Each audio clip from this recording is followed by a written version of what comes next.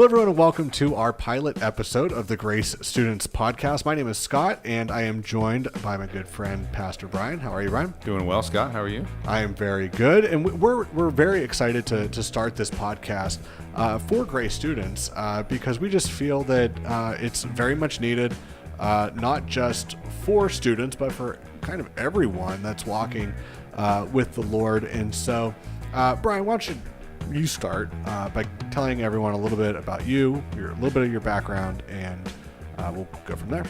Yeah, I grew up in the church, so I have a lot of background in relation to church and religion and that kind of a thing, and it's just kind of always been a part of my life. And when I was younger, I just felt the call to kind of give myself to helping people follow Jesus all the time. And so pursued that and found myself in a few youth pastor positions. So I ended up at the current church where we're at, Grace Bible Church. Been there a little over 3 years now. We've been to church about 6 years, but on staff about 3, a little over 3. And so basically just doing our best to, in our particular venue, helping students in 7th through 12th grade follow Jesus in all of life. So everything we do is geared towards that, whether it's activities or lessons or gatherings or whatever the case may be, podcasts, things like that.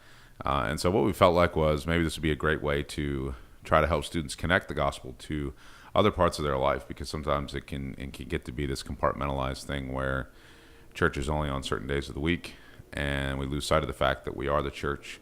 So we feel like this podcast maybe is a way to get into some venues, get on some radars that maybe we're not on now. So, yeah, and we met. I guess it was about 2 years ago. Yeah, I would say we started talking, and we were new to the church, and so my background is I have a small marketing company, and I was saved whenever I was 23 years old, I believe. And since that time, I really felt the Spirit just convicting me that I need to be doing more, using the talents that I have and the gifts that I have to share the gospel. And so a couple of years ago, I came up with loveLocal, and loveLocal is just it's a Netflix of local content that we're putting together that helps people with the 3 main areas of their life, which is their personal life, their professional life, or their business life, and their spiritual life.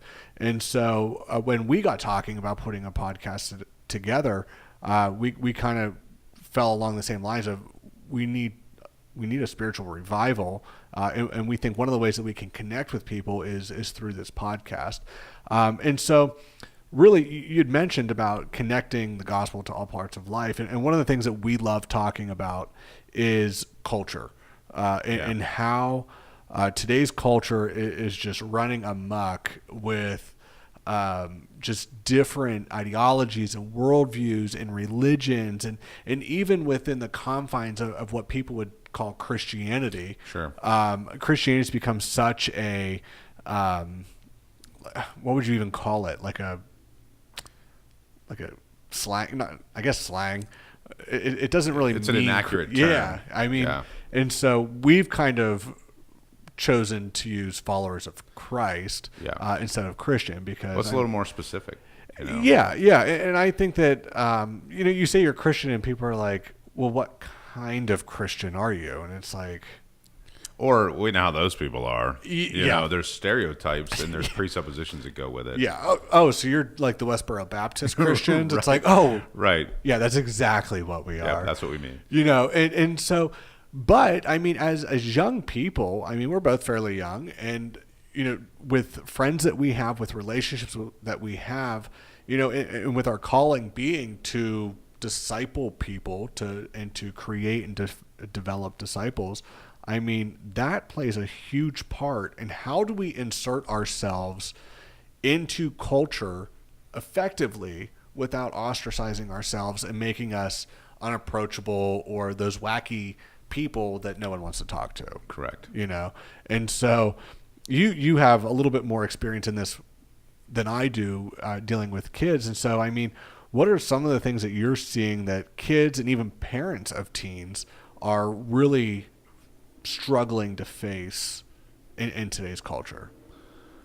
I think one of the biggest things is the exposure and interaction that comes because of social media and our smartphones and our iPads and our iPhones and our watches and our all of our accounts. And I was just talking actually with a couple students last night, and they were talking about like how old they had to be before their parents would let them get Instagram and social media. And it was interesting because there was a few older students, by older I mean like juniors and seniors, that were kind of like, yeah, you don't need that yet. Really? Like, who were understanding some of the ramifications of dealing with not only just the sheer amount of information, but the pressure that comes with being in that Wow. venue. And they were just kind of like, yeah, it's a good thing to wait a little bit longer, because once you dive into that, man, there is a whole nother level of, oh, I'm not involved in that. Oh, look what they did. Oh, you want me to do what? So Yeah. there's there's some conversations that have happened as of late in regards to the pressures and challenges that students are facing in relation to their tech. Yeah. Not unlike what adults are facing, but it's a little more, I would say, progressive with students, because you know how tech works. The younger you are, the more on the edge you tend to be with that. Right. Students are informing me about features that, oh, you can do an ask me anything question on Instagram. Okay, like Yep. let me try that. Yeah. But they know about it as soon as it comes out. So And it's not as vetted, by the time it gets to you, where it's like Snapchat. Whenever Snapchat first came out, I mean, yes, people are still using it for not so great reasons, but at least people, and Snapchat has done a lot to kind of curtail what the platform does. But I mean, when kids were first doing that, parents were like, wait, it's a picture that or a video that goes away in 10 seconds. Like that's what it was known for. Right. And so, yeah, by the time but it took a while for parents to even recognize what was happening with it. Yeah. And that's one of the things that I see, dealing with social media every day, posting things and learning all of these new things that are happening. It's quite scary on one aspect, where it's like there are actually sites out there that are targeting kids based on search histories, based on what they think they might. One of the things that we're going through right now is we're learning that we're able to target people on what their next move might be based on what they've done. And when you're talking about culture, when you're talking about issues that kids are running into, and the fact that things like pornography and the things like just cyberbullying are so, and violence even was one of the examples. It's like if you notice someone is starting to search for things that could lead down a violent road, you can start targeting them to, say, oh, well, hey, maybe you should do this, or this is a good website that can help you learn how to X, Y, Z. I mean, it's scary. And so I think it's important that we have these kinds of conversations to really outline what's happening, and which excites me, because my goal with this, as is yours, I'm sure, is to be able to see these topics and get into a conversation about them. Not a lecture hall style thing where it's a one way conversation, but to actually have a conversation that can peel back layers and get deeper than what just a YouTube video could be, and actually go back and forth and actually uncover some of these topics. And we don't want this to be like a lesson, like, No. hey, here's 3 points on whatever subject is. We want this to be a dialogue, and as if you were here with us sitting around the table and we were having a discussion about the pressures that you experience in high school. And because what we found is in student ministry, the best conversations and usually the best discipleship opportunities happen when you're sitting around a table informally. It might have even just been at the conclusion of a Bible study or something, but the conversations that happen around the table or around the living room or on the front porch, waiting for somebody to get picked up or whatever the case is where some of the best discipleship happens. You're able to form and shape and talk truth And a lot of times students will open up in those venues that they won't open up when everybody's sitting around and listening to what they're saying. So it's kind of like a way to maybe not create that environment, but hey, listen in on what we're talking about. If this is something that resonates with you, you'd be able to interact with us if that's the case. Yeah. But, And one of the things that I love that you're doing with the youth ministry is you're putting together these small groups. And you're not just throwing these small groups together and saying, hey, get together and do stuff, so that we can check off our box. Right. You're assigning them leaders who have gone through these SGL small group leaders who are going through training. And it's not just, it's like, oh, we have 100 kids, we have 10 parents. All right, pick 10 kids and go Right. do something. Right. It's structured and it's painting a picture of what true communal discipleship living looks like, because discipleship isn't something that you just do, discipleship's from 1 to 3 today. Okay. Right. It's a 24-hour thing. And I love the fact that you're going through all of these steps. And I would imagine, we have young kids at this point, but I would say that as a parent of kids that are growing up, I can only imagine what it'll be like when our kids get to high school age.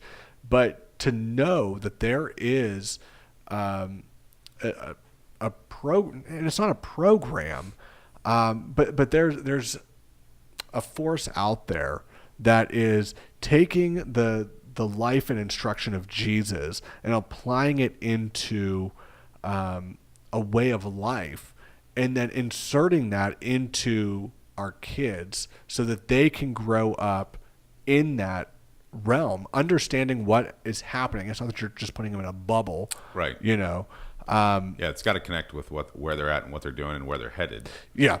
Because, and I believe that if you can get to them before culture does, before society does, and you have a finite window to do that, Right. You stand much, much greater chances. Yeah, and I would say the window is diminishing. It's getting smaller and smaller because of social media, because of technology. Like, Yeah. kids are being exposed to things far younger than they ever were before.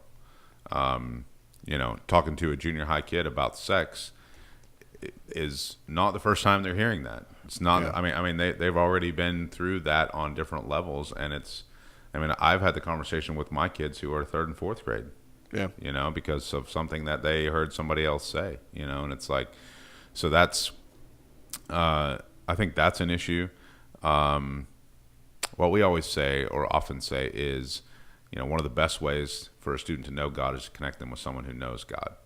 And That's great. so that we feel like one of the best ways to do that is in a small group.